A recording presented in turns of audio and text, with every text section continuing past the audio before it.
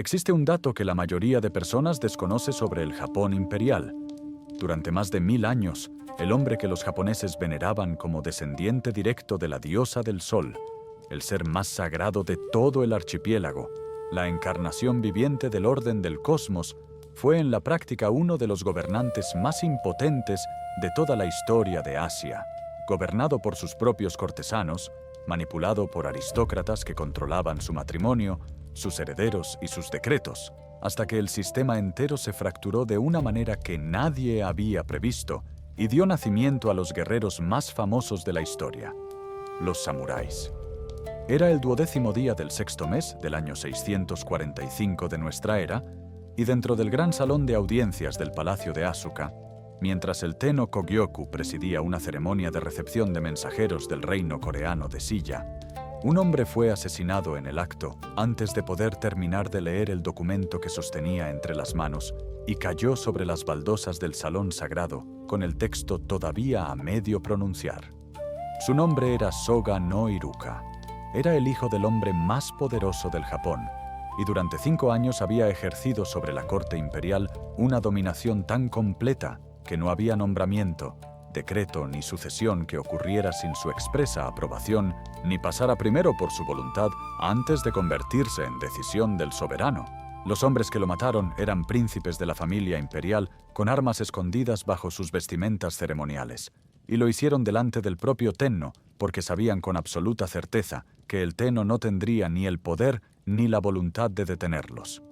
Eso, más que el asesinato en sí mismo, es lo que necesitamos comprender desde el principio. Que el espacio sagrado del Dios viviente no era un recinto de poder, sino un escenario de su ausencia, y que el hombre sentado en el trono celestial era el prisionero más perfectamente custodiado del archipiélago. Para comprender esa paradoja en toda su profundidad, y para entender por qué es el punto de partida de toda la historia que vamos a contar a lo largo de estos capítulos, necesitamos adentrarnos en la cosmología política del Japón antiguo y en la manera en que el poder imperial fue construido originalmente, porque la trampa del Tenno no fue un accidente histórico ni el resultado de una conspiración particular, sino la consecuencia directa y lógica de las decisiones que sus fundadores tomaron siglos antes. Decisiones que parecían sensatas en su momento y que resultaron ser el mecanismo de su propia destrucción. El título Tenno, que en español se traduce habitualmente como soberano celestial o emperador celestial, no era simplemente un rango político. Era una afirmación cosmológica total que estructuraba la visión del mundo de las comunidades del archipiélago japonés. Aunque el título mismo solo se formalizó a finales del siglo VII, la sacralidad del linaje Yamato, sobre el que descansaba, era considerablemente más antigua, y que atravesaba cada aspecto de la vida social, desde los rituales agrarios que garantizaban las cosechas hasta la administración de los conflictos entre clanes. Según los textos fundacionales más antiguos que conservamos, el Kojiki, compilado en el año 712, y el Nihon Shoki, compilado en el año 720, ambos por encargo del gobierno Yamato del siglo VIII, el linaje imperial no tenía un origen humano ordinario, sino sobrenatural. Descendía directamente de Amaterasu Omikami, la gran diosa iluminadora del cielo, a través de su nieto Ninigi no Mikoto, quien descendió del reino celestial a la tierra portando los 3 tesoros sagrados que hasta el día de hoy constituyen las insignias de la casa imperial japonesa: el espejo de bronce Yata no Kagami, la espada Kusanagi no Tsurugi y el collar de jade Yasakani no Magatama. Del linaje de Ninigi emergería, según esa tradición, el primer Tenno humano, Jinmu, cuyo reinado las crónicas sitúan en el año 660 antes de nuestra era. Es necesario señalar con claridad que los historiadores modernos tratan esta cronología con escepticismo muy fundado, y que prácticamente ningún especialista contemporáneo acepta esas fechas como registro histórico.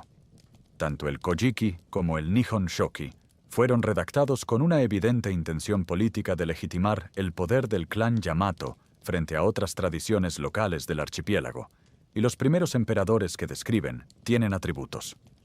como vidas de 120 o 150 años de duración, que los sitúan con claridad en el territorio de la narrativa mítica, antes que en el del acontecimiento verificable. Sin embargo, la eficacia política de esa narrativa no dependía en absoluto de su exactitud factual, sino de su poder simbólico, y en ese aspecto resultó extraordinariamente exitosa durante más de un milenio. Al declarar al Tenno descendiente de la diosa solar, la cosmología Yamato hacía prácticamente imposible cuestionarlo, destituirlo o reemplazarlo con criterios políticos ordinarios. Porque, ¿qué autoridad humana puede juzgar a un dios? ¿Qué tribunal puede declararlo incompetente? ¿Qué asamblea de nobles puede votar para removerlo del trono cuando el trono mismo es sagrado por su presencia? Y precisamente allí, en esa pregunta que no admitía respuesta dentro de los términos de la cosmovisión japonesa,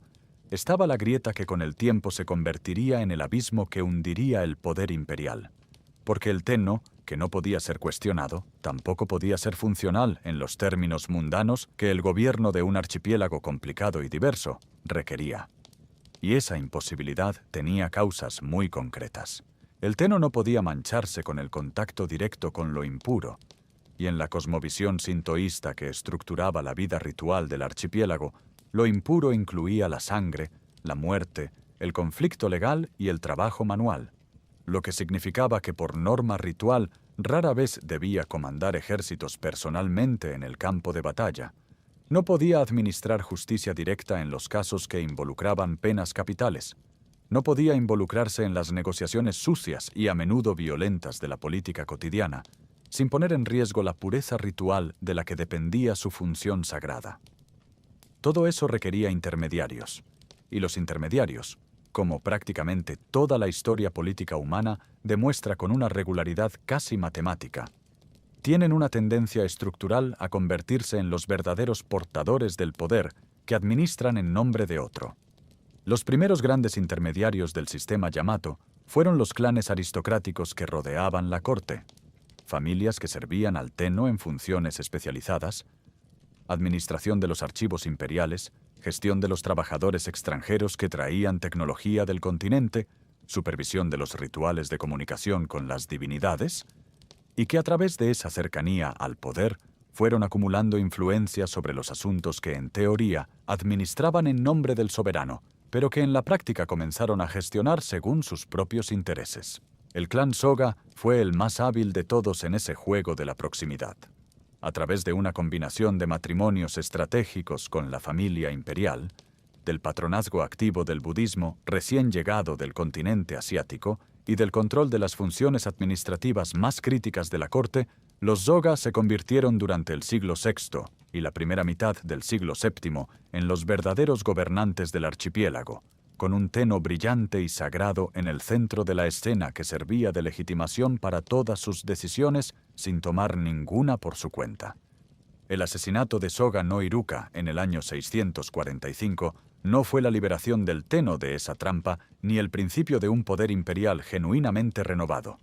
Fue simplemente el reemplazo de un conjunto de manos que tiraban de los hilos por otro conjunto de manos, el de los Nakatomi, que muy pronto adoptarían el apellido Fujiwara y construirían una dominación todavía más sofisticada, todavía más duradera y, en cierto sentido, todavía más perfecta que la que los Soga habían tenido. La trampa del dios viviente no estaba en la maldad de ningún clan particular ni en la debilidad personal de ningún Tenno. Estaba en la propia estructura del poder sagrado, que hacía del soberano una figura demasiado valiosa para destruir y demasiado sagrada para gobernar, perfecta como símbolo y perfectamente inútil como autoridad práctica. Esa grieta, esa distancia constitutiva entre la sacralidad del Tenno y su impotencia política, es el hilo que recorrerá toda nuestra historia, porque es la misma grieta que, ensanchándose durante los siglos siguientes a través de las reformas fallidas, las regencias perpetuas y el abandono de las provincias, terminaría por convertirse en el vacío que llenaron los guerreros, las élites militares que nacieron en los márgenes del archipiélago, mientras la corte miraba hacia adentro de sí misma. Para llegar hasta ellos, sin embargo, primero necesitamos entender el mundo que los hizo posibles, y eso nos lleva mucho más atrás en el tiempo, a los siglos en que el archipiélago japonés estaba construyendo, por primera vez, algo parecido a un estado. Si esta historia ya te tiene enganchado desde el primer capítulo, te invito a suscribirte a este canal y a activar las notificaciones, porque lo que viene en los próximos capítulos es igualmente fascinante. Vamos a ver cómo un imperio construido sobre siglos de equilibrio perdió ese equilibrio de una manera que nadie podría haber predicho, y cómo de ese colapso emergió una de las culturas guerreras más influyentes de la historia humana. Existe hoy, dentro de la ciudad moderna de Sakai, en la prefectura de Osaka, una estructura que parece contradecir el mundo que la rodea en todas las direcciones. En medio de avenidas, edificios de departamentos y centros comerciales con letreros luminosos, hay una forma perfecta de cerradura que se extiende por 486 metros de longitud, rodeada de 3 fosos concéntricos llenos de agua, cubierta de un bosque que nadie puede talar porque nadie tiene permiso para entrar. Y lo que esa forma geométrica monumental encierra bajo toneladas de tierra son, según la tradición de la Casa Imperial japonesa, los restos del Tenno Nintoku, atribución que los especialistas no han podido confirmar arqueológicamente, dado que el sitio permanece vedado a las excavaciones sistemáticas, uno de los soberanos más celebrados de la antigüedad del archipiélago. La estructura, conocida como el Daisen Kofun, ocupa en términos de superficie total, considerando su plataforma y sus 3 fosos concéntricos, más terreno que la Gran Pirámide de Giza y más que la Pirámide de Cholula, lo que la convierte en uno de los monumentos funerarios más grandes que los seres humanos hayan construido en cualquier parte del mundo. La agencia de la Casa Imperial japonesa la protege como terreno sagrado y no permite excavaciones arqueológicas sistemáticas en su interior, de modo que uno de los monumentos funerarios más imponentes de la historia permanece prácticamente sin explorar en términos científicos, guardando sus secretos bajo la tierra de una ciudad que construyó su modernidad literalmente alrededor de él. Pero lo que ya conocemos de este Kofun y de los centenares de estructuras similares distribuidas por la región de Kinai es suficiente para comprender algo que se pierde fácilmente entre las narrativas de decadencia que vienen después. Hubo un tiempo en que los emperadores Yamato ejercieron un poder considerable, aunque los historiadores continúan debatiendo el grado exacto de esa centralización temprana, un poder capaz de organizar la fuerza de trabajo de miles de personas durante décadas, de movilizar materiales de construcción de regiones distantes y de convertir la voluntad de un soberano en una montaña de tierra y piedra que dura 15 siglos. Para reconstruir ese tiempo y entender cómo y por qué desapareció, necesitamos situarnos en el período que los arqueólogos llaman Kofun, tumba antigua, en japonés, que se extiende aproximadamente desde el año 250 hasta el año 550 de nuestra era, aunque los especialistas continúan debatiendo las fronteras exactas de esa periodización. Lo que define arqueológicamente al período Kofun es precisamente la aparición y proliferación de esos grandes montículos funerarios para la élite gobernante, estructuras que constituyen el registro material más elocuente tanto del poder que esa élite ejercía como de las redes de intercambio, subordinación y tributo que la conectaban con el resto del archipiélago, porque construir un Kofun de esa escala no era simplemente enterrar a un gobernante. Era una afirmación de poder territorial que requería la cooperación, voluntaria o coercitiva, de una vastísima red de comunidades. El grupo que los historiadores denominan Yamato, nombre tomado de la región central de la isla de Honshu, aproximadamente la actual prefectura de Nara, donde tenía su base política principal, no conquistó el archipiélago en un movimiento súbito y definitivo, sino que emergió como centro de poder a través de un proceso gradual de siglos, durante el cual distintos grupos humanos del archipiélago negociaron, compitieron, guerrearon y con el tiempo se jerarquizaron alrededor de un núcleo político-religioso que tenía la capacidad de ofrecer lo que ningún señor provincial podía proveer por sí solo: acceso a objetos de prestigio de origen continental asiático, que funcionaban como marcadores de estatus y de autoridad en toda la élite del archipiélago, legitimidad ritual para los ciclos agrarios de los que dependían las cosechas en un archipiélago, donde la producción de arroz era la base de toda la economía, y acceso al hierro y a la tecnología militar avanzada del continente, que determinaban en última instancia quién ganaba y quién perdía en los conflictos entre grupos. El sistema que articulaba ese liderazgo y distribuía sus beneficios y sus obligaciones entre los distintos participantes se conoce como el sistema Uji-Kabane, y es una de las instituciones más importantes para comprender no solo el período Kofun, sino toda la historia política japonesa posterior, porque sus estructuras fundamentales sobrevivirían, transformadas, renombradas y adaptadas a prácticamente todos los cambios de régimen y todas las reformas que vendrían en los siglos siguientes, manifestando una persistencia que dice algo muy profundo sobre la naturaleza de las estructuras sociales y su resistencia a los intentos de reorganización desde arriba. Un uji era un grupo de filiación que combinaba características que en otros sistemas separaríamos con claridad, pero que en el Japón antiguo eran inseparables. Era a la vez un linaje que compartía un antepasado común, real o construido por la tradición colectiva. Una comunidad ritual que veneraba a una divinidad protectora llamada Ujigami. Un grupo territorial con derechos reconocidos sobre determinadas tierras y localidades, y una corporación funcional con una especialización asignada dentro del sistema Yamato. El Kabane era el rango hereditario que el centro Yamato asignaba a cada ugi, estableciendo de manera relativamente precisa los privilegios que ese ugi podía ejercer, las obligaciones que debía cumplir y la posición que ocupaba en la jerarquía social y política del archipiélago. Lo que hacía políticamente eficaz a ese sistema, dentro de sus límites y en el contexto de su época, era que convertía la lealtad al Tenno en algo más que una obligación puntual impuesta por la fuerza o calculada por el interés momentáneo. La convertía en parte de la identidad hereditaria de cada uji, en un rasgo constitutivo de lo que significaba ser miembro de ese grupo, transmitido de generación en generación, junto con el nombre, las tierras, los rituales y los saberes especializados del clan. Un uji de función guerrera que había servido a los Tenno durante 3 generaciones no era leal solo al soberano actual.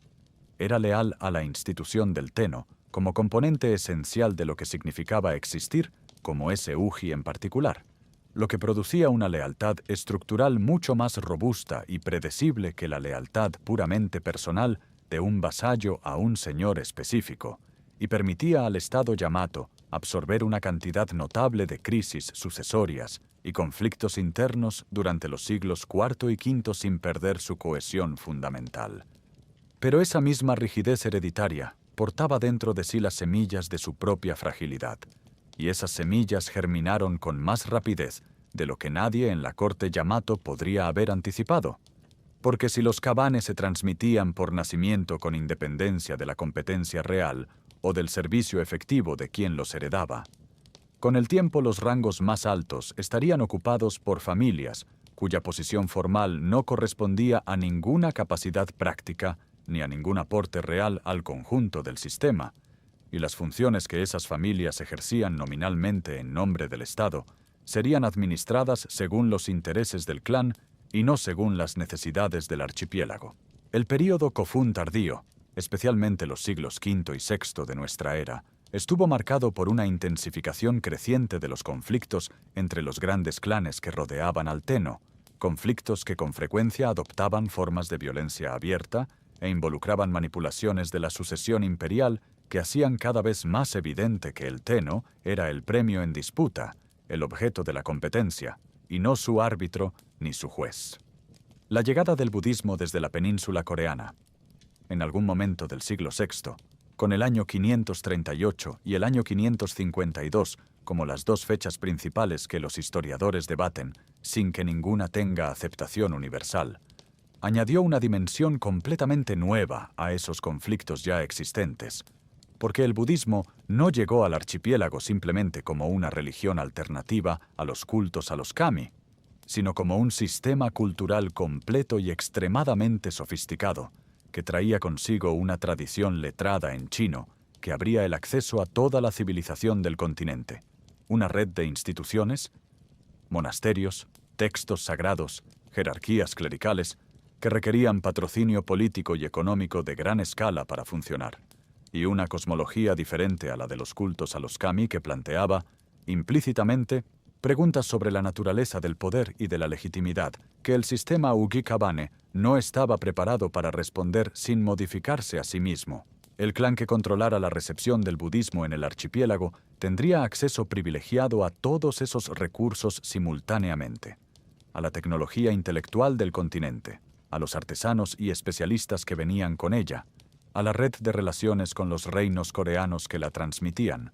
y a la legitimidad simbólica que emanaba de ser el patrón de la nueva fe. Esa acumulación de posibles ventajas fue la que convirtió la disputa religiosa entre el clan Soga, que apoyaba activamente al budismo, y el clan Mononobe, que defendía la primacía de los cultos a los kami, en una lucha de poder con consecuencias históricas que se extenderían durante siglos y cuyo desenlace, la derrota de los Mononobe y el triunfo de los Soga hacia fines del siglo VI, estableció las condiciones de posibilidad para todo lo que vendría después, incluyendo el asesinato que narra nuestro primer capítulo y las reformas que ese asesinato desencadenó. Considera la siguiente imagen para entender la escala del desafío que enfrentaban los reformadores japoneses del siglo VII. En el año 645 de nuestra era, la dinastía Tang de China gobernaba un territorio de varios millones de kilómetros cuadrados, con una burocracia de decenas de miles de funcionarios organizados en 9 grados de jerarquía y seleccionados en parte a través de un sistema de exámenes imperiales que la dinastía Tang había ampliado considerablemente, aunque el origen aristocrático y las recomendaciones de personas influyentes seguían determinando en gran medida el acceso a los puestos más altos, regulados por un código legal que especificaba con precisión las penas para centenares de delitos distintos y las obligaciones de cada funcionario en cada circunstancia, conectados por una red de caminos imperiales, mensajeros y archivos que hacía posible que una orden emitida en la capital alcanzara las provincias más remotas con una celeridad sin precedentes y que un gobernador regional rindiera cuentas al gobierno central con una regularidad impensable en cualquier otro sistema político de la época. En ese mismo año 645, en el archipiélago japonés, un joven príncipe llamado Naka no Oe acababa de participar en el asesinato del hombre más poderoso del archipiélago y se preguntaba cómo construir en Japón algo que se aproximara a lo que existía del otro lado del mar. Lo que hizo a continuación fue el primer gran experimento de transformación institucional de la historia japonesa, y su resultado, ambiguo, contradictorio, parcialmente exitoso y profundamente fallido en sus objetivos más fundamentales, nos dice algo que excede con mucho los límites de la historia japonesa y tiene que ver con la naturaleza misma de las instituciones y con su resistencia a ser trasplantadas de un suelo cultural a otro sin transformarse en el camino. El contexto que motivó las reformas no era solo el conflicto político interno que había producido el asesinato de Soga no Iruka, era también, y de manera muy significativa, la presión geopolítica que el archipiélago japonés sentía desde el continente asiático. La expansión de la dinastía Tang hacia la península coreana, donde había construido una alianza estratégica con el reino de Silla que amenazaba a los reinos de Baekje y de Goguryeo, ponía en peligro los vínculos que el archipiélago japonés había mantenido durante generaciones con la península,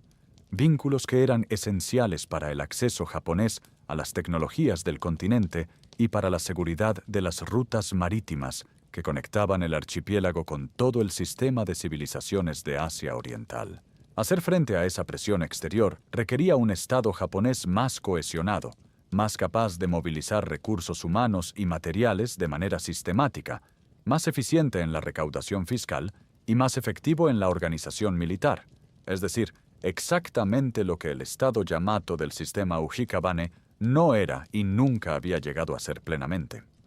El edicto Taika, promulgado en el año 646 por el Tenno Kotoku, bajo el liderazgo político e intelectual de Naka no Oe y Nakatomi no Kamatari, articulaba el proyecto de transformación en 4 puntos fundamentales que vale la pena examinar con cierto detalle, porque la distancia entre lo que esos puntos proclamaban y lo que llegó a realizarse concretamente es exactamente el tipo de brecha que determina el rumbo de la historia. El primer punto abolía teóricamente la propiedad privada de tierras y de trabajadores por parte de los clanes, declarando que todas las tierras pertenecían al Estado, es decir, al Tenno, y estableciendo que serían redistribuidas periódicamente entre los campesinos en parcelas de cultivo de tamaño uniforme, según un sistema tomado directamente del modelo chino de campos iguales, que la China Tang había implementado para garantizar que cada familia campesina tuviera acceso a tierra suficiente para sostenerse y para pagar sus impuestos. El segundo punto establecía una nueva administración territorial dividida en provincias y distritos gobernados por funcionarios designados y rotados por el Estado central, en lugar de los líderes clánicos hereditarios que habían ejercido esa función desde tiempos inmemoriales. El tercer punto creaba un sistema fiscal uniforme basado en impuestos sobre las tierras, sobre los hogares y sobre el trabajo, para financiar la burocracia centralizada que el nuevo sistema requería. El cuarto punto regulaba el servicio militar y las obligaciones de trabajo que los campesinos debían al Estado, formalizando una relación que hasta entonces había sido de obligación difusa e irregular. En su forma más acabada, ese proyecto se materializó en los grandes códigos legales que vinieron después. El Código Taiho, promulgado en el año 701 de nuestra era, y el Código Yoro, compilado en el año 718, aunque promulgado formalmente décadas después, que juntos constituyeron el sistema Ritsuryo, literalmente sistema de reglamentos y códigos, que organizó el gobierno japonés en términos formales durante los siglos siguientes. El Estado Ritsuryo era impresionante sobre el papel. Disponía de un Consejo de Estado de alto nivel llamado Daikokan, de ministerios especializados en funciones administrativas diferenciadas, de tribunales de justicia, de sistemas de registro de hogares y de tierras, y de una jerarquía de rangos burocráticos con reglamentos de vestimenta que especificaban qué color y qué materiales podía usar cada funcionario según su posición exacta en la estructura, imitando con fidelidad la estética administrativa de la corte Tang. Sin embargo, la distancia entre ese armazón formal y la realidad de su funcionamiento fue, desde el principio, enorme, y la razón principal de esa distancia es una que los diseñadores del sistema no pudieron superar por más que lo intentaran. El modelo chino que tomaban como referencia dependía de una base social que el Japón de los siglos VII y VIII sencillamente no tenía. El sistema de exámenes imperiales de la China Tang funcionaba porque la sociedad china había desarrollado durante siglos una tradición de educación letrada lo suficientemente extendida como para producir candidatos de distintos estratos sociales, aunque no de los más bajos, capaces de competir por los puestos burocráticos. La sociedad japonesa del siglo VIII no tenía esa tradición. El conocimiento de la escritura en chino era un monopolio de los estratos más altos de la aristocracia y de los clérigos budistas, lo que significaba que los únicos candidatos disponibles para ocupar los puestos del Estado Ritsuryo eran exactamente los mismos hombres de los grandes clanes aristócratas que el sistema pretendía desplazar de su monopolio sobre el poder. Japón nunca adoptó el sistema de exámenes imperiales chino de manera efectiva, y sin ese mecanismo, el Estado Ritsuryo era una burocracia aristocrática en la que el rango formal dependía en la práctica de la cuna y no del mérito, y en la que las mismas familias de siempre se reproducían en los puestos más altos de generación en generación, ahora con títulos chinos y ropas de ceremonia de seda teñida de los colores apropiados, pero con los mismos intereses clánicos de siempre. El sistema de redistribución de tierras que el edicto Taika había proclamado comenzó a aplicarse con cierta seriedad durante el siglo VIII, pero las redistribuciones se volvieron progresivamente más infrecuentes y más irregulares a medida que pasaban las décadas, hasta que finalmente desaparecieron como práctica real, mientras que los aristócratas y los grandes monasterios budistas, que también habían acumulado enorme poder político y económico, desarrollaban mecanismos legales para convertir las tierras que nominalmente pertenecían al Estado en propiedades privadas, de facto exentas de impuestos. Los shoen, cuya proliferación a partir del siglo IX vaciaría progresivamente al Estado Ritsuryo de los recursos fiscales que necesitaba para sostener su propia burocracia y hacer cumplir sus propias leyes. El Estado que la reforma Taika prometió fue un Estado que el Japón nunca llegó a tener plenamente. Un Estado cuya arquitectura formal servía de escenario para que los mismos actores de siempre siguieran representando la misma obra de siempre, pero con nuevos títulos en el programa. Y dentro de ese escenario, una familia en particular aprendió a usar el lenguaje de la nueva burocracia con una maestría que superaría todo lo que el clan Soga había logrado y que duraría no décadas, sino siglos enteros. Hubo un hombre en la historia de Japón que llegó a casar a sus hijas con varios Tenno y a ver el trono recaer en sangre Fujiwara generación tras generación, que en ningún momento reclamó el título imperial para sí mismo, porque hacerlo habría sido rebajarse, y que sin embargo fue una de las figuras más poderosas de la corte Heian. Su nombre era Fujiwara no Michinaga. Vivió entre los años 966 y 1027 de nuestra era, y en el momento de mayor esplendor de su poder, escribió uno de los poemas más famosos de la literatura japonesa. Este mundo es mi mundo, y es como la luna llena que brilla sin ninguna sombra. Una afirmación que en el contexto de la cultura cortesana de Heian-kyo no era un cliché poético, sino una declaración de poder absoluto formulada en el único lenguaje que la élite aristocrática reconocía como digno de ese tipo de confesión. Que un hombre pudiera decir eso sin usar nunca el título de Tenno, sin sentarse jamás sobre el trono sagrado del archipiélago, sin vestir las insignias del soberano celeste, es la demostración más perfecta de lo que los Fujiwara habían logrado construir durante 3 siglos de paciencia estratégica. Un sistema en el que el poder era invisible, ejercido desde la sombra de un símbolo que brillaba con tanta intensidad que nadie pensaba en mirar detrás de él. El origen de esa dominación se remonta a Nakatomi no Kamatari, el mismo hombre que junto al príncipe Naka no Oe había planeado y ejecutado el asesinato de Soga no Iruka dentro del Palacio Imperial en el año 645, y que en su lecho de muerte recibió del Tenno Tenji el apellido Fujiwara como reconocimiento por sus servicios al Estado. Ese apellido fue heredado por su hijo Fujiwara no Fujito, que fue el verdadero arquitecto de la estrategia que definiría al clan durante los 3 siglos siguientes y que comprendió algo que los Soga, con toda su brutalidad directa y su control casi aplastante de la corte, no habían entendido con suficiente sofisticación: que la mejor manera de controlar al Tenno no era aplastar su autoridad mediante la fuerza, lo que generaba resistencia, resentimiento y eventualmente producía las condiciones para un golpe exactamente como el de 645, sino hacerse indispensable para el Tenno a través de vínculos de sangre que hacían que los intereses del clan y los del soberano parecieran, desde afuera, perfectamente idénticos. El mecanismo central de ese sistema era matrimonial, y su elegancia residía en su aparente naturalidad. Los Fujiwara ofrecían sistemáticamente a sus hijas como consortes imperiales, asegurándose de que el Tenno tuviera sangre Fujiwara en el lado materno de sus herederos. Cuando ese heredero ascendía al trono siendo aún joven, el abuelo materno Fujiwara asumía el título de Seisho, regente, y gobernaba en nombre del soberano con plena autoridad legal, tomando todas las decisiones de Estado que el Tenno supuestamente tomaría cuando alcanzara la madurez suficiente,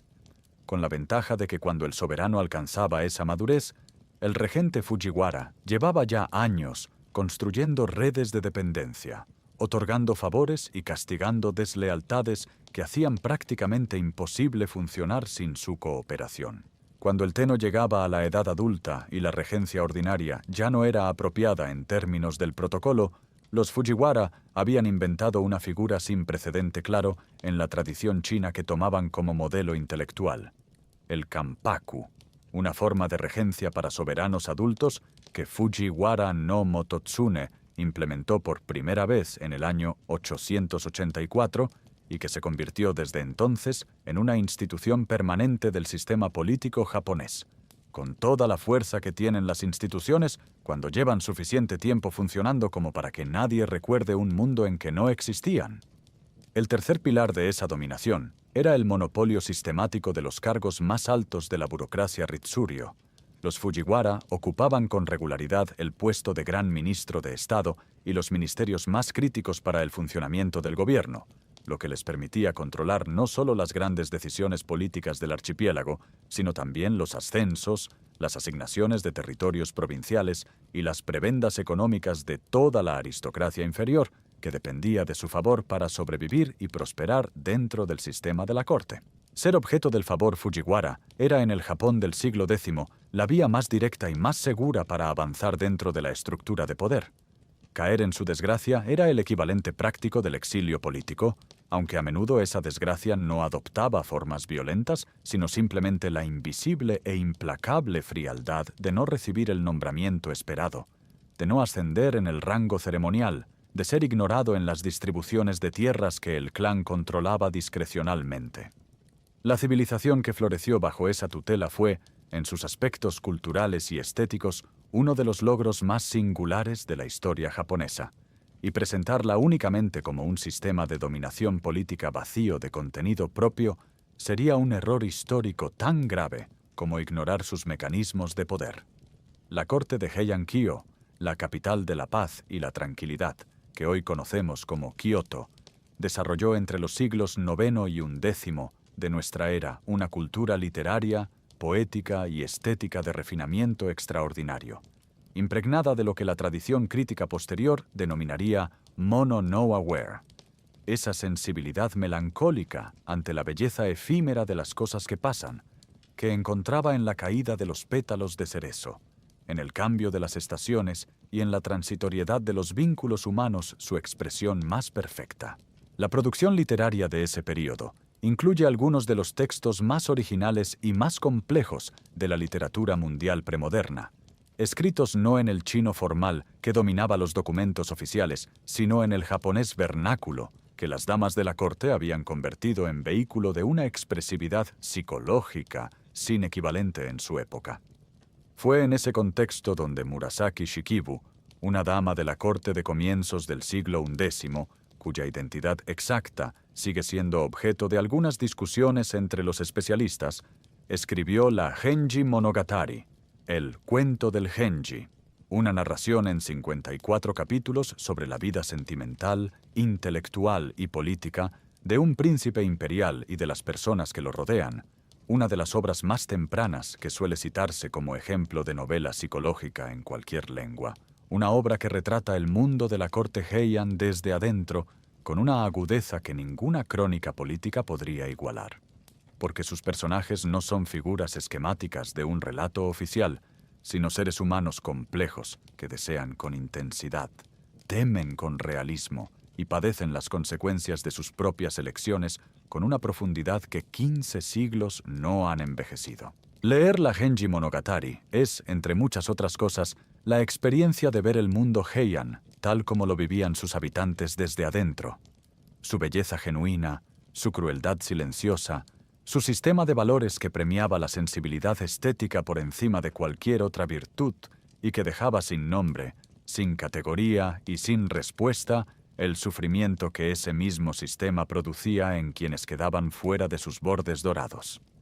Porque el período Heian tuvo un reverso que Murasaki Shikibu describe con una melancolía que suena casi a premonición de lo que vendría después. Mientras la aristocracia de la capital competía por los rangos de vestimenta más altos, por los honores de las ceremonias más exclusivas y por la atención del regente Fujiwara de turno, las provincias que esa aristocracia administraba nominalmente languidecían en un estado de deterioro y abandono que nadie en Heian-kyo tenía incentivos reales para remediar. Los gobernadores provinciales llamados Suryo recibían sus puestos como prebendas rentables que se compraban o se obtenían como favores políticos, y en muchos casos ni siquiera residían en los territorios que administraban, delegando sus funciones en sustitutos mientras permanecían en la capital, compitiendo por los ascensos en la jerarquía de rangos y atentos a las fluctuaciones del favor cortesano, más interesados en el protocolo de los saludos imperiales que en el estado de los caminos o de las cosechas de sus provincias. En esas provincias distantes, donde la ley de la capital llegaba tarde o directamente no llegaba, estaba creciendo algo que la cultura Heian no tenía instrumentos para ver ni vocabulario para nombrar desde su isla de seda, una nueva clase de hombres que resolvían con la espada lo que ningún edicto imperial podía resolver, y cuya existencia terminaría por cambiar todo. En el año 939 de nuestra era, Mientras la corte de Heian-kyo preparaba sus ceremonias de Año Nuevo, con la meticulosidad que requería el protocolo de los rituales que medían el tiempo aristocrático, un hombre llamado Taira no Masakado llegó a dominar partes de varias provincias y a reclamar autoridad sobre el este en una campaña militar de varios meses. Se proclamó Nuevo Tenno con toda solemnidad y estableció en las llanuras del Kanto un gobierno paralelo que desafiaba al Estado imperial con la serenidad de quien sabe que su adversario no tiene ejércitos reales con qué responder a ese desafío. La reacción del gobierno de Heian-kyo cuando recibió la noticia fue reveladora en su propia impotencia. La corte no movilizó ninguna fuerza propia, porque prácticamente no tenía ninguna que valiera, sino que emitió un decreto que autorizaba a otro guerrero provincial, Fujiwara no Hidesato, a someter a Masakado, lo que era en términos completamente prácticos una admisión pública de que el gobierno central del archipiélago dependía, para su propia supervivencia física, de hombres a quienes no controlaba, a quienes no pagaba con regularidad suficiente y sobre quienes tenía, en última instancia, una autoridad más simbólica que real. Esa escena, en su desnudez política, revela el estado al que había llegado el sistema japonés en el siglo X. Un estado con leyes escritas, ministerios organizados y ceremonias elaboradas, pero sin el monopolio de la fuerza que define a un estado en el sentido más básico que cualquier politólogo moderno reconocería. Para entender cómo llegó a existir Taira no Masakado, y más importante aún, cómo llegó a existir el sistema social que lo produjo y que haría posibles los samuráis, necesitamos examinar con más cuidado el mecanismo económico que hizo posibles los ejércitos privados en el archipiélago japonés. El sistema de Choen, las fincas privadas con inmunidad fiscal y judicial que mencionamos brevemente en el capítulo anterior y que merecen aquí una explicación más detallada, porque son la infraestructura material concreta sobre la que se construyó la clase guerrera del Japón medieval, el suelo del que brotaron los Bushi antes de que nadie les diera ese nombre. El Shoen comenzó como un instrumento de política agrícola relativamente inocente que nadie diseñó pensando en sus consecuencias más radicales. El Estado Ritsuryo, incapaz de explotar directamente las tierras de las provincias periféricas con su propia administración deficiente, otorgó exenciones fiscales temporales a grandes propietarios, aristócratas de la capital, monasterios budistas, grandes santuarios sintoístas, que estuvieran dispuestos a invertir en la apertura de esas tierras al cultivo e incrementar así la producción agrícola del archipiélago. La lógica era comprensible. Si el Estado no podía cultivar esas tierras por sí mismo, que las cultivara alguien a quien se le pudiera dar un incentivo y que luego pagara impuestos sobre la producción que generara. Con el tiempo, sin embargo, esas exenciones fiscales temporales se volvieron permanentes, y las propiedades que las gozaban fueron obteniendo progresivamente más grados de inmunidad. Primero la exención de los impuestos normales, luego la inmunidad frente a la inspección de los funcionarios provinciales, finalmente el derecho explícito de expulsar físicamente a esos funcionarios de las tierras del Shoen si intentaban entrar sin permiso del propietario. Un Shoen completamente inmunizado era, en la práctica política cotidiana, un territorio autónomo dentro del territorio nominal del Estado. Tenía su propia administración interna, sus propias normas de conducta, su propia economía y su propio sistema de orden público, y el gobierno central no podía entrar en él ni hacer valer sus leyes sin la cooperación del propietario, que difícilmente la otorgaba cuando esa ley lo perjudicaba.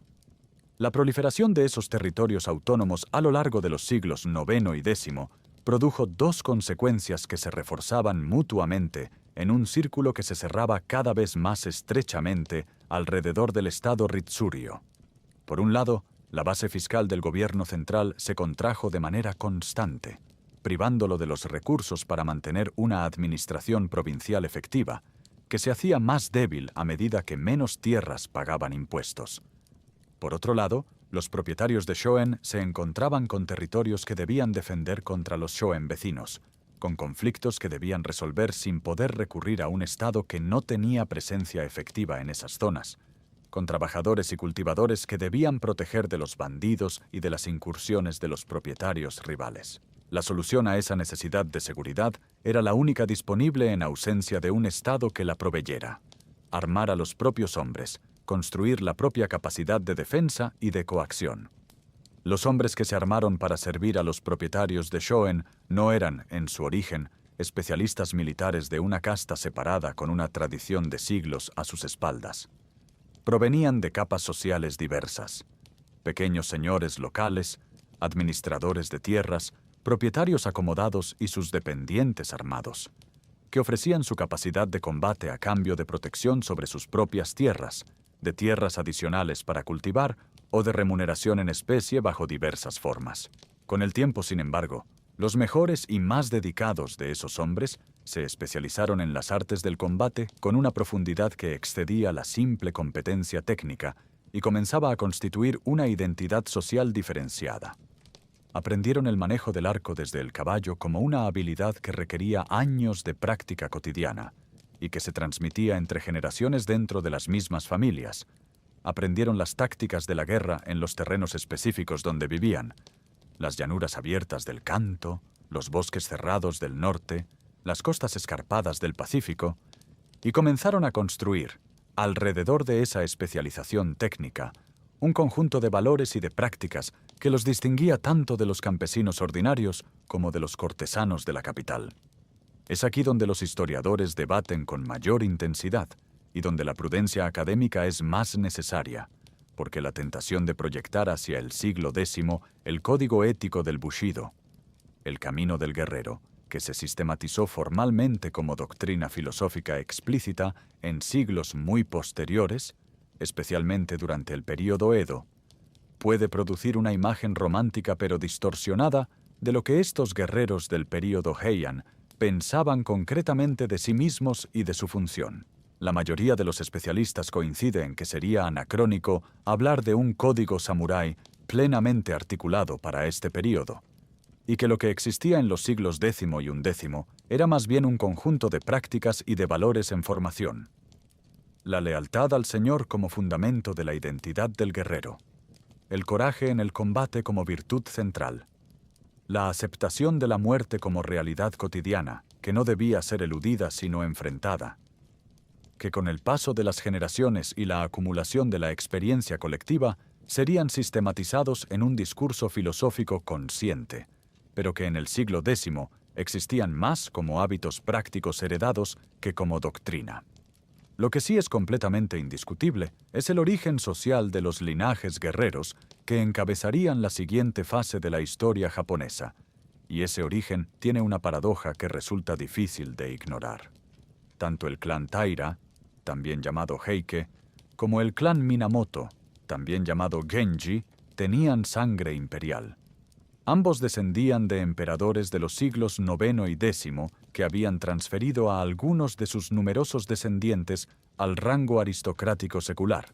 otorgándoles apellidos no imperiales cuando el número de príncipes de sangre imperial amenazaba con superar la capacidad del presupuesto imperial de mantenerlos con los honores y los recursos que su rango exigía. Esos descendientes de soberanos con apellido secular habían sido enviados a las provincias como funcionarios del sistema Ritsuryo, y allí, generación tras generación, se habían transformado en algo cualitativamente diferente de lo que sus antepasados de la capital habían sido. No cortesanos que competían por el color de sus vestimentas y escribían versos sobre la luna de otoño, sino señores locales con raíces profundas en territorios específicos, con redes de lealtad extendidas entre los guerreros de esas regiones, con una comprensión directa y práctica del gobierno real, el gobierno de los conflictos entre vecinos, del hambre y de la abundancia, de la justicia cotidiana que se resuelve en el campo y no en la sala de audiencias, que hacía de ellos algo más peligroso que cualquier aristócrata de la capital. Hombres con poder real, no solo poder simbólico, con ejércitos reales, no solo con títulos que mencionaban ejércitos. Taira no Masakado fue sofocado. Su rebelión terminó con su muerte en el año 940 y su caída fue convertida en una advertencia pública para demostrar que el Estado todavía tenía la capacidad de responder a los desafíos abiertos a su autoridad. Pero lo que no pudo restaurarse fue la ilusión de que ese Estado era autosuficiente, porque para sofocar la rebelión de Masakado había sido indispensable recurrir a otro guerrero provincial exactamente igual a él. El mismo tipo de hombre, con las mismas capacidades, la misma sangre imperial diluida y las mismas redes de lealtad local, que en ese momento había elegido ponerse al servicio del gobierno central, pero que en otro momento, con otras circunstancias, podía perfectamente elegir lo contrario. El gobierno de Heian-kyo ya no gobernaba el archipiélago por su propia fuerza. Gobernaba por el consentimiento contingente de los guerreros que todavía juzgaban conveniente trabajar para él, y ese consentimiento, como veremos en los capítulos que siguen, tenía un precio que la historia de Japón todavía no había terminado de negociar con nadie. Los siguientes 150 años serían el período en que ese precio se discutiría de la manera más violenta que el archipiélago había conocido hasta ese momento, en una guerra civil que enfrentaría a los dos grandes linajes guerreros, los Taira y los Minamoto, en batallas de tierra y de mar que decidirían no solo quién gobernaba Japón, sino qué tipo de gobierno tendría Japón a partir de ese momento, para los siglos por venir. Si llegaste hasta aquí, ya recorriste más de 600 años de historia japonesa, desde los túmulos del período Kofun hasta los campos de batalla del siglo X, y lo más dramático está todavía por venir. Una de las guerras civiles más decisivas del Japón medieval, la batalla naval que decidió el destino de una época y el nacimiento del primer gobierno de guerreros de la historia japonesa. Si esta historia te está atrapando, dale me gusta a este episodio y déjame en los comentarios en qué aspecto de la historia de los samuráis te gustaría que profundizáramos más, porque esos comentarios son la brújula que me ayuda a entender qué quieres escuchar y nos ayudan a construir juntos este canal. Imagina este escenario. El año es 1156 de nuestra era, y dentro del Palacio Imperial de Heian-kyo, las dos facciones que compiten por el control del trono sagrado están haciendo algo que no había ocurrido en toda la historia de la institución imperial, algo que el sistema Ritsuryo, con toda su arquitectura burocrática, había sido diseñado precisamente para prevenir. Están enviando mensajeros a las provincias orientales con órdenes urgentes de movilizar hombres armados y traerlos a la capital, porque ninguna de las dos partes confía en que los rituales, los decretos y los protocolos de audiencia sean suficientes para resolver el problema que tienen entre manos, y ambas saben ya que el único argumento capaz de resultar definitivo en ese conflicto es el que lleva espada al costado. La disputa que había llegado a ese punto era, en su superficie visible, una crisis de sucesión entre el ex-tenno retirado Sutoku y el tenno en ejercicio Go Shirakawa, pero sus raíces se extendían mucho más profundo que un simple conflicto dinástico. Involucraba a las grandes familias aristócratas que habían estado divididas durante años entre facciones rivales de los propios Fujiwara,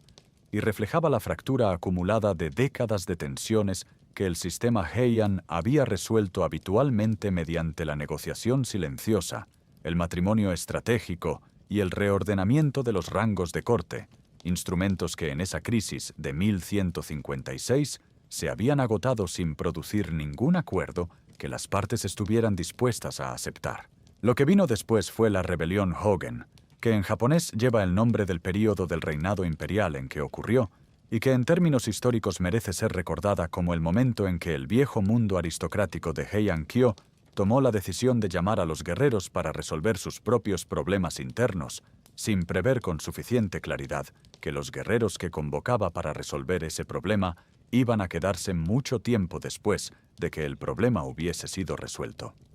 Lo que hace a la rebelión Hogen particularmente instructiva como fenómeno histórico es la distribución de los combatientes.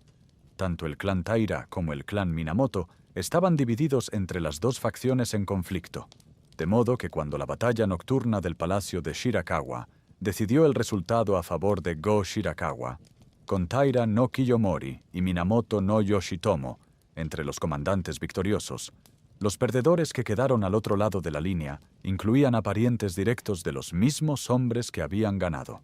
porque los linajes guerreros de ese período no eran bloques monolíticos con una política unificada, sino familias extensas con ramas que apostaban por bandos distintos en los conflictos que determinaban el reparto del poder. Las consecuencias de la victoria de Go Shirakawa introdujeron por primera vez en la historia de la corte una práctica que el mundo aristocrático había evitado sistemáticamente porque reconocía en ella la lógica radicalmente distinta de la cultura guerrera que pretendía utilizar sin incorporar.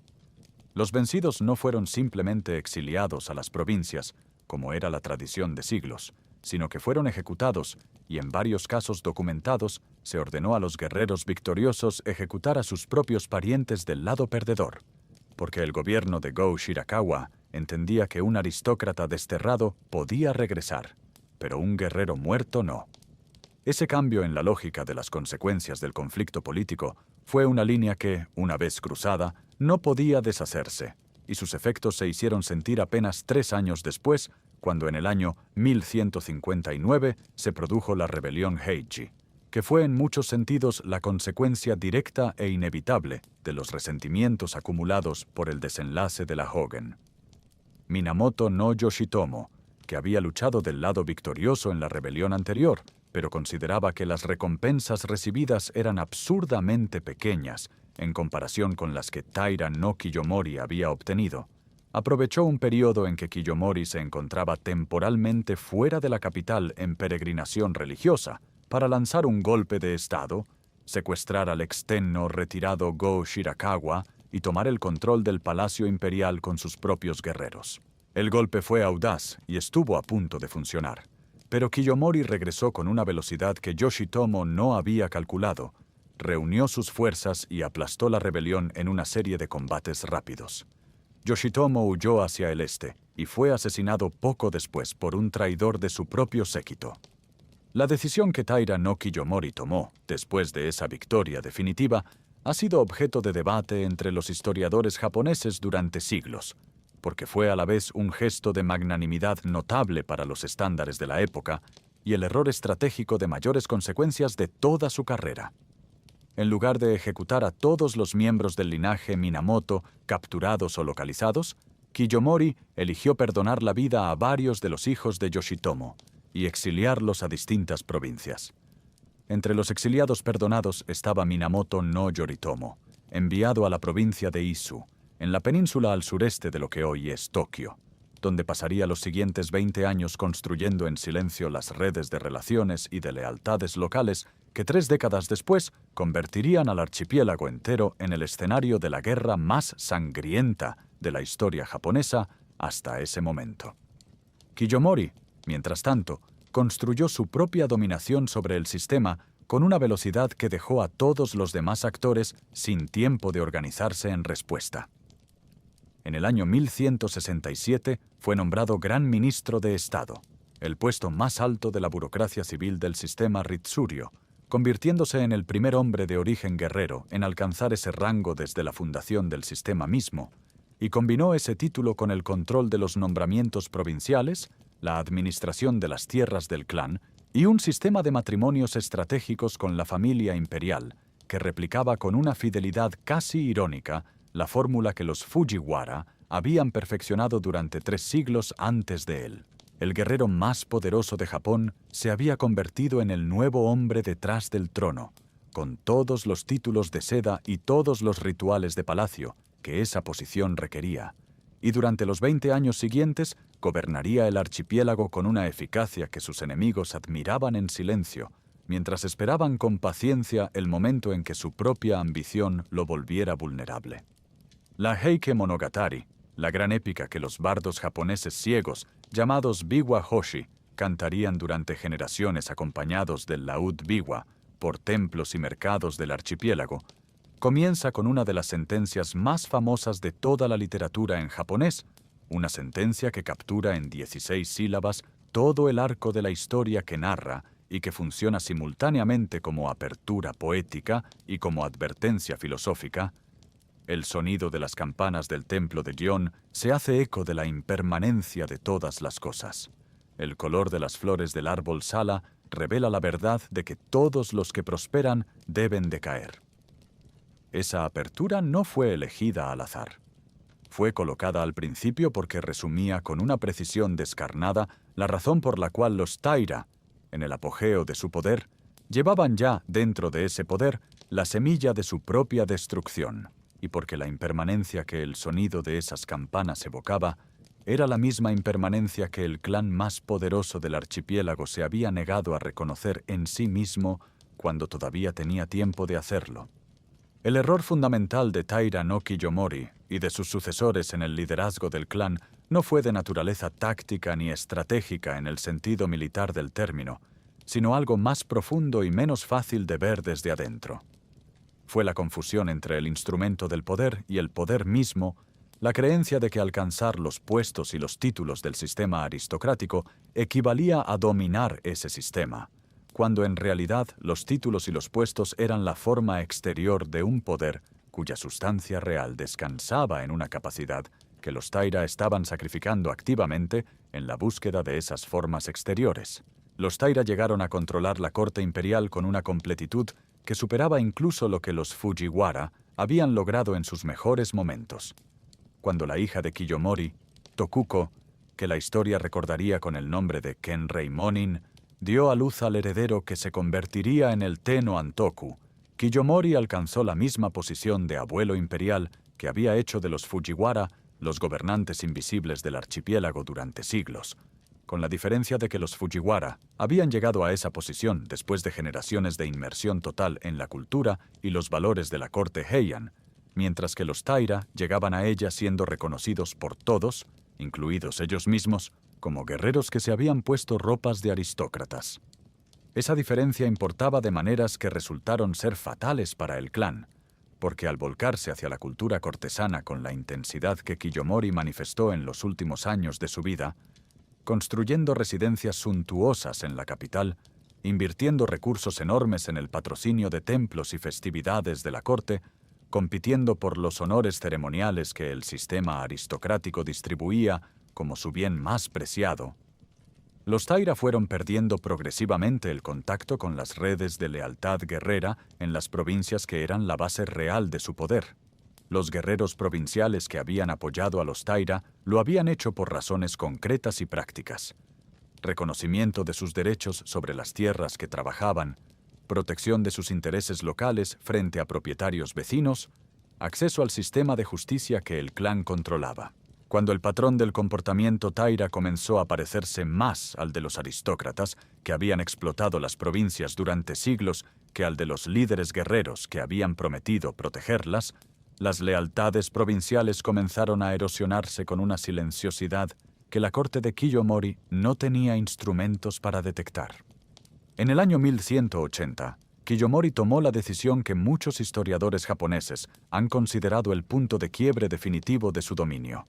Trasladó la capital de Heian-kyo a Fukuhara, una localidad costera cerca de la actual ciudad de Kobe, argumentando que la nueva ubicación era más conveniente para el comercio marítimo con China y con la península coreana.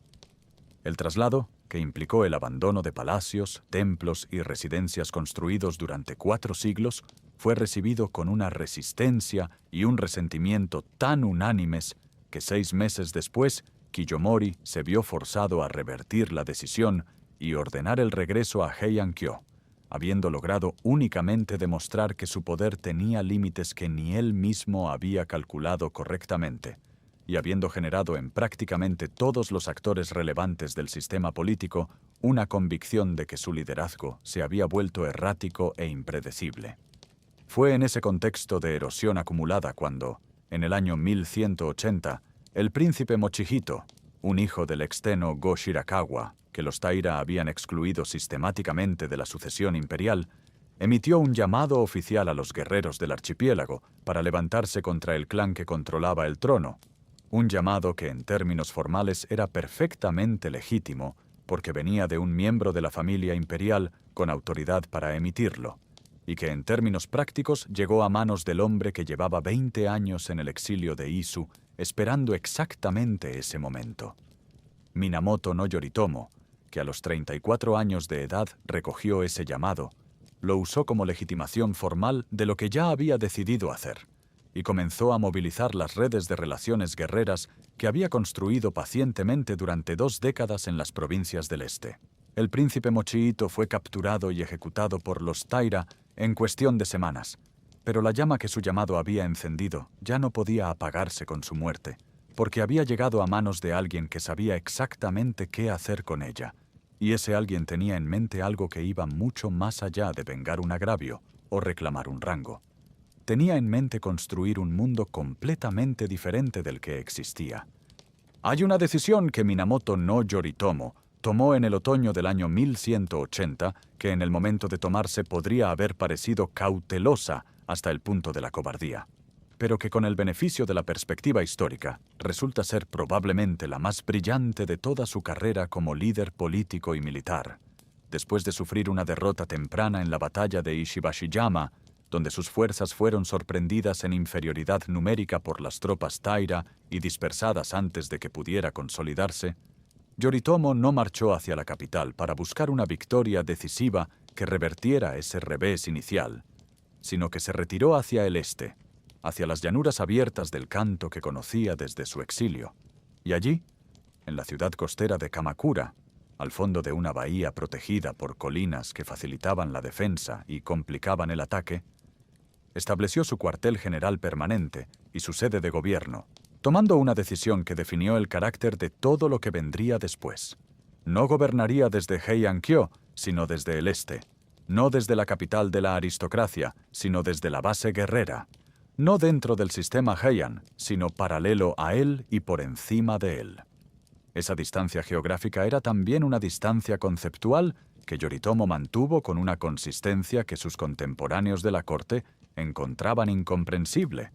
Mientras los Taira, antes de él, y la propia aristocracia hereditaria, habían buscado siempre el poder a través de la proximidad física y ceremonial al Tenno, Yoritomo construyó su poder a través de un mecanismo completamente diferente que se conoce en la historiografía como el sistema de los Gokenin, los hombres del hogar,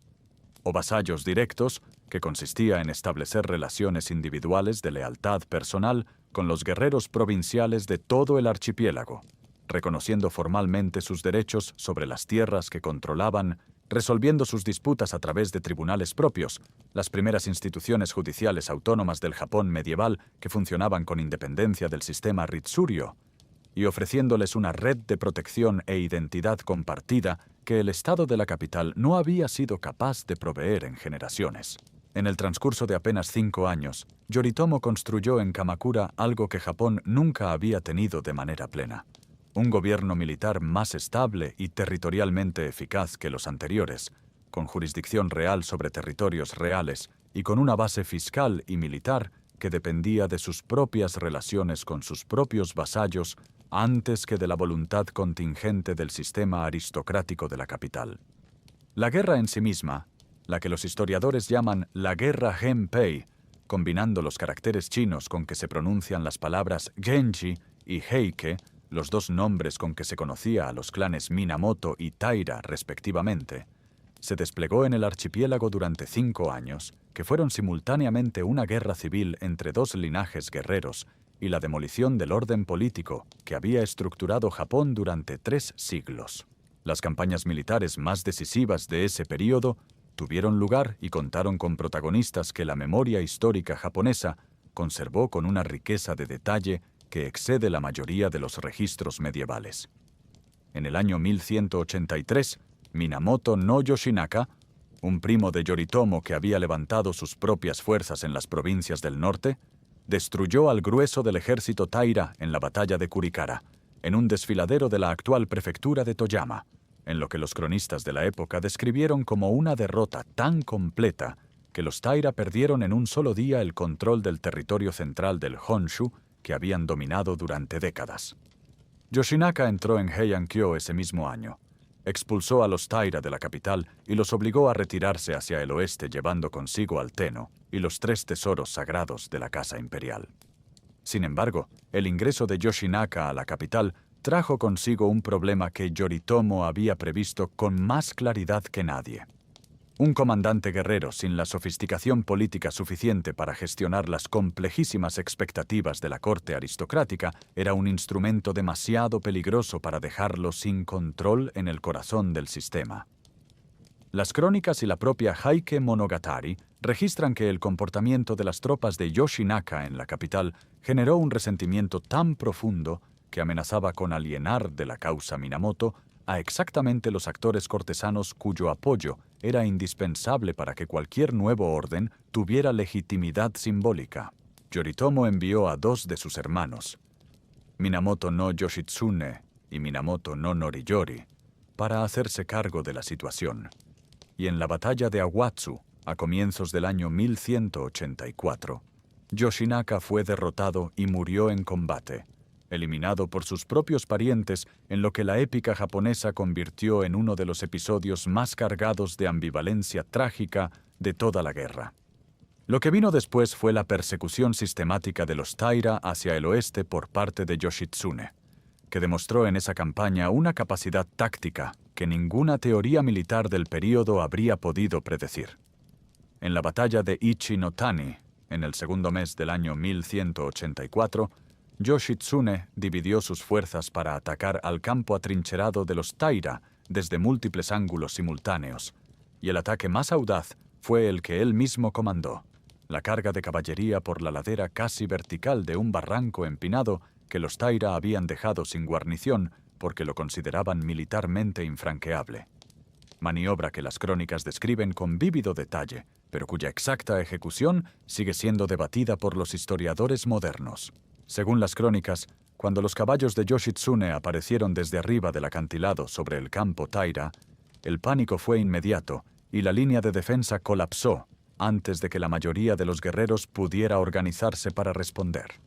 Los Taira sobrevivientes escaparon por mar hacia el oeste, llevando consigo al Tenno y los tesoros sagrados, y la batalla de Yashima, en la actual isla de Shikoku, en el primer mes de 1185, no hizo sino apresurarlos hacia el destino que los esperaba al final de la ruta de retirada, en el lugar donde el mar interior se estrecha hasta convertirse en un canal entre 2 mundos,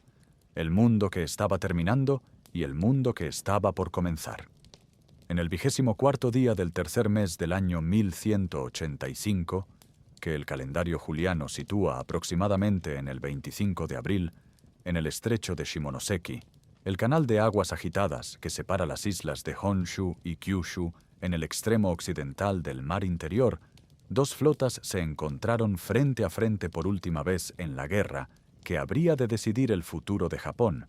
y lo que ocurrió en las horas que siguieron fue una de esas batallas que las culturas convierten en mitos precisamente porque su desenlace fue tan completo, tan definitivo y tan cargado de consecuencias que el simple relato factual de lo que sucedió resulta insuficiente para capturar la magnitud de lo que allí terminó.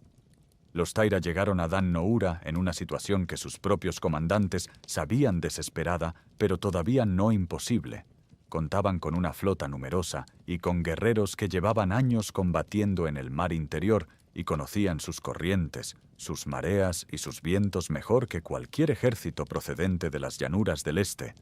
Y tenían a su favor el hecho de que la Marina Minamoto, construida apresuradamente con guerreros que eran esencialmente hombres de tierra,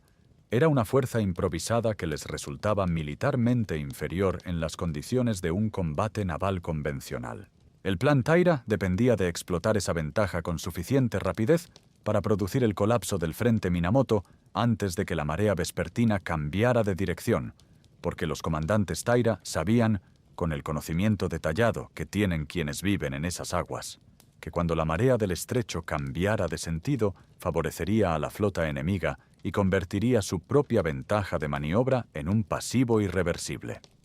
La batalla comenzó con la flota Taira llevando cierta iniciativa, y durante las primeras horas el resultado no era predecible.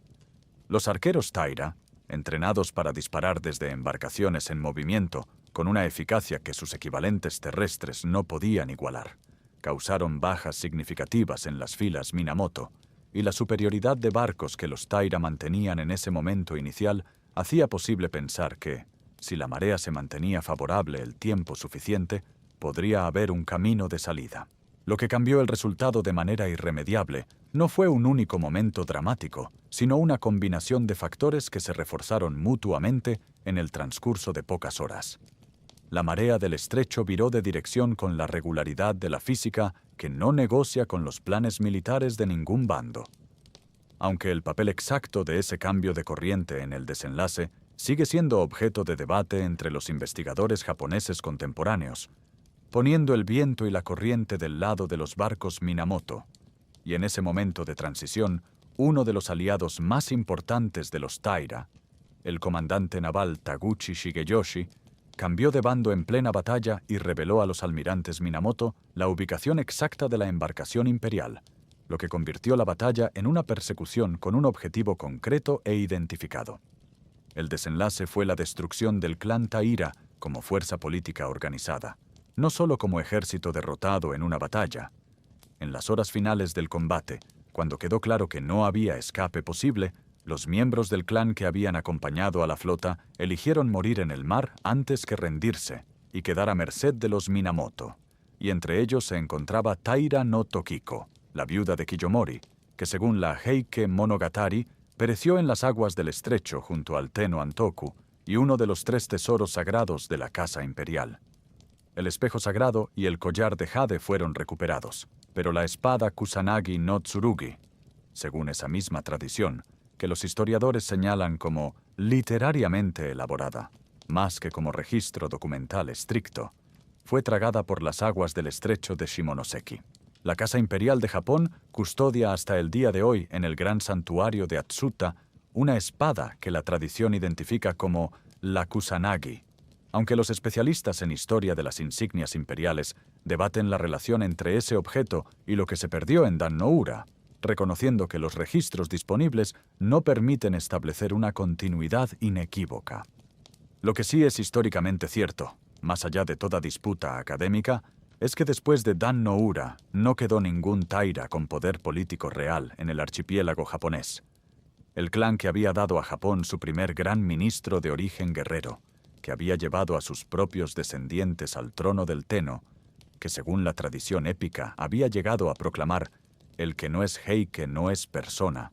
había desaparecido del mapa político del archipiélago en el espacio de 5 años, y con él había desaparecido también el viejo mundo de Heian-kyo que lo había producido y que nunca, después de ese momento, volvería a ser el centro indisputado del poder en el archipiélago. La Heike Monogatari, escrita y reescrita durante las décadas siguientes por compositores y bardos que convirtieron la catástrofe Taira en el mayor monumento literario del Japón medieval, encontró en la imagen del clan abatido en las aguas del estrecho de Shimonoseki la encarnación más perfecta del mono no aware, esa sensibilidad ante la belleza efímera y la inexorable decadencia de todo lo que florece, que la cultura de Heian había cultivado durante siglos sin imaginar que terminaría siendo aplicada a su propio final. Lo que seguiría no era la restauración del viejo orden bajo nuevos líderes, era algo radicalmente diferente, algo que el archipiélago japonés no había conocido nunca en toda su historia, y cuya forma definitiva estaba siendo construida desde hacía 5 años por un hombre que comprendía mejor que nadie la diferencia entre ganar una batalla y ganar el futuro. En el año 1192 de nuestra era, el gobierno imperial de Kioto confirió a Minamoto no Yoritomo el título de Sei-i Taishogun, que en español puede traducirse aproximadamente como Gran General que sojuzga a los pueblos del norte, un título que hasta ese momento había sido utilizado de manera ocasional para designar a comandantes militares enviados a pacificar las regiones septentrionales del archipiélago, donde las comunidades emishi resistían la expansión del estado Yamato, y que en la boca de los funcionarios imperiales de 1192 tenía aún esa connotación original, la de un nombramiento temporal para una función específica que terminaría cuando la función quedara cumplida, lo que ninguno de esos funcionarios habría podido predecir, o si lo preveían, no tenían manera de impedirlo, era que ese título, en las manos de Yoritomo y de los sucesores que vendrían después de él, dejaría de ser una función temporal para convertirse en la designación del gobernante permanente de facto de Japón, y que el Bakufu, literalmente la oficina de la carpa de campaña, el gobierno militar que Yoritomo había construido en Kamakura, dominaría el gobierno real del archipiélago durante la mayor parte de los siguientes casi 7 siglos, bajo distintos shogunatos y distintas familias dominantes, no sin interrupciones ni profundas reestructuraciones en el camino, mientras el Tenno permanecía en Kioto exactamente donde la historia lo había dejado. Sagrado, intocable y políticamente impotente. Es importante señalar como lo hacen los historiadores con frecuencia, que la fecha de 1192 no debe considerarse el punto de nacimiento del poder de Kamakura, sino más bien su formalización tardía. El Bakufu funcionaba como gobierno efectivo desde 1185, cuando la destrucción de los Taira en Dan-no-ura le había dejado sin rival real en el archipiélago, y durante los 7 años que mediaron entre esa victoria y el nombramiento formal, Yoritomo administró la tierra, resolvió disputas, nombró gobernadores militares llamados shugo en las provincias y administradores de tierras llamados hito en las propiedades específicas, creando una red de autoridad que llegaba hasta los rincones más remotos del archipiélago, con una eficacia que el sistema Ritsuryo nunca había logrado y que los Fujiwara, desde su supremacía cortesana, jamás habían intentado construir porque sus intereses no requerían que las provincias funcionaran bien, sino únicamente que pagaran y callaran. La innovación fundamental de Yoritomo no fue militar. Había guerreros técnicamente superiores a él en el campo de batalla, incluido su propio hermano Yoshitsune, sino administrativa y conceptual. Comprendió que el poder duradero requería instituciones que funcionaran con independencia de la personalidad de quien las dirigía, y dedicó los años de su gobierno a construir exactamente eso. El sistema que emergió de ese proceso de construcción institucional es lo que los historiadores llaman el régimen feudal japonés, un término que los especialistas utilizan con cierta cautela porque las analogías con el feudalismo europeo, aunque no carecen de utilidad descriptiva, pueden obscurecer diferencias importantes específicas del contexto japonés. Lo que sí puede afirmarse con precisión es que el Japón del shogunato de Kamakura era un mundo radicalmente diferente del Japón de Heian en su distribución del poder, en sus valores dominantes y en el tipo de virtudes que el sistema recompensaba.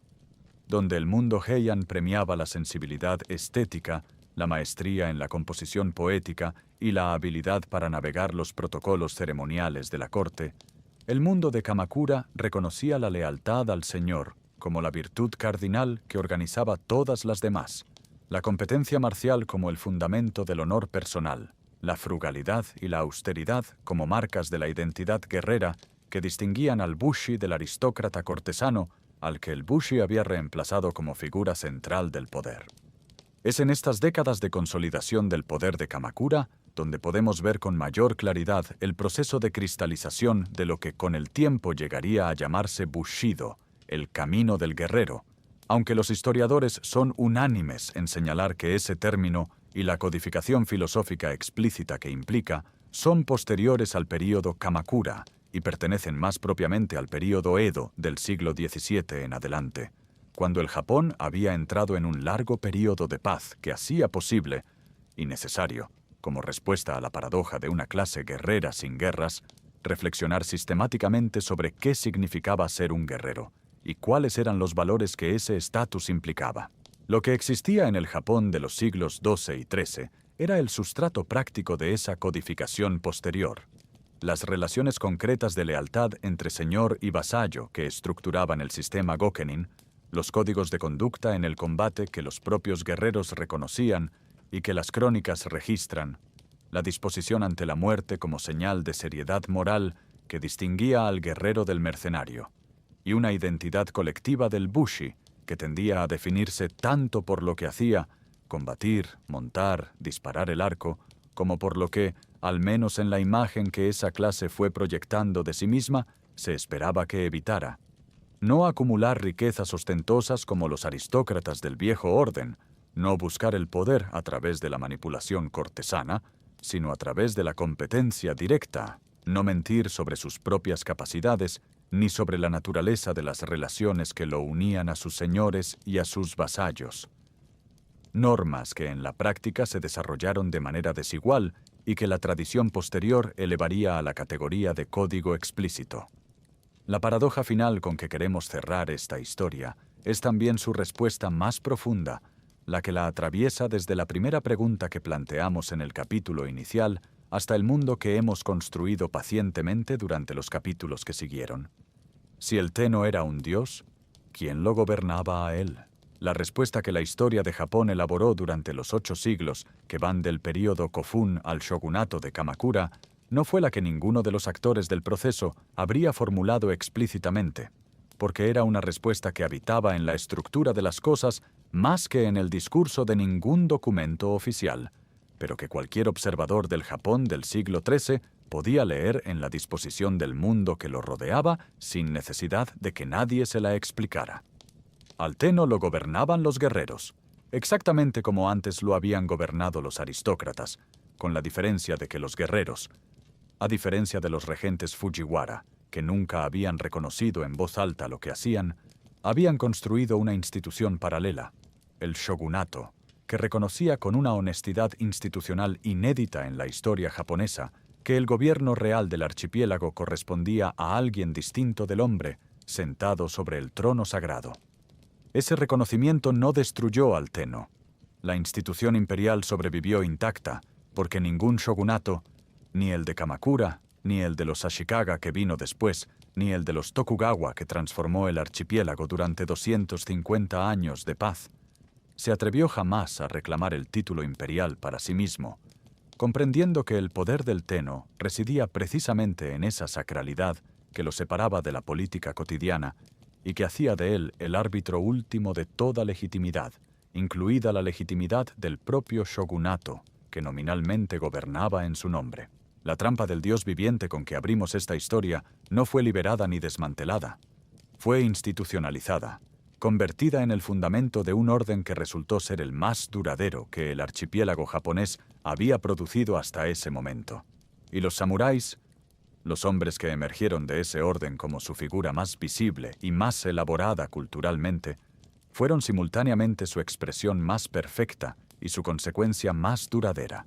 el producto de 1000 años de historia que los hizo necesarios y de otros 700 años de historia durante los cuales definieron qué significaba ser japonés de una manera que ningún cortesano de Heian-kyo, con todos sus rangos y sus vestimentas de seda, podría haber anticipado. Esta ha sido la historia de cómo el Japón de los emperadores cayó y de cómo nació el Japón de los guerreros. Una historia que comenzó con la pregunta de quién gobierna a un dios y que termina con la respuesta más japonesa posible. Nadie gobierna al dios, pero alguien siempre gobierna en su nombre, y ese alguien, durante los siglos más extraordinarios de la historia del archipiélago, fue el samurái. Si esta historia te acompañó desde el primer capítulo hasta aquí, si recorriste con nosotros desde los túmulos del período Kofun hasta las aguas del estrecho de Shimonoseki, donde se cerró una era y se abrió otra completamente diferente, entonces te pido que hagas algo muy concreto ahora mismo. Comparte este episodio con alguien que creas que merece conocer esta historia. Deja en los comentarios cuál fue el momento de esta historia que más te sorprendió y cuál es el próximo capítulo de la historia de Japón que te gustaría que contáramos, porque hay todavía siglos enteros por delante. La era de las guerras entre clanes, la invasión mongola que sacudió la certeza de los guerreros japoneses sobre sí mismos, el ascenso de los Tokugawa y la larga paz que convirtió a los samuráis en filósofos. Y vamos a seguir contándolos todos, uno por uno, para que juntos entendamos la civilización humana no como una serie de fechas en un libro de texto, sino como lo que realmente es. La historia de personas que tomaron decisiones en momentos que no podían comprender del todo, y que con esas decisiones imperfectas construyeron el mundo en el que vivimos.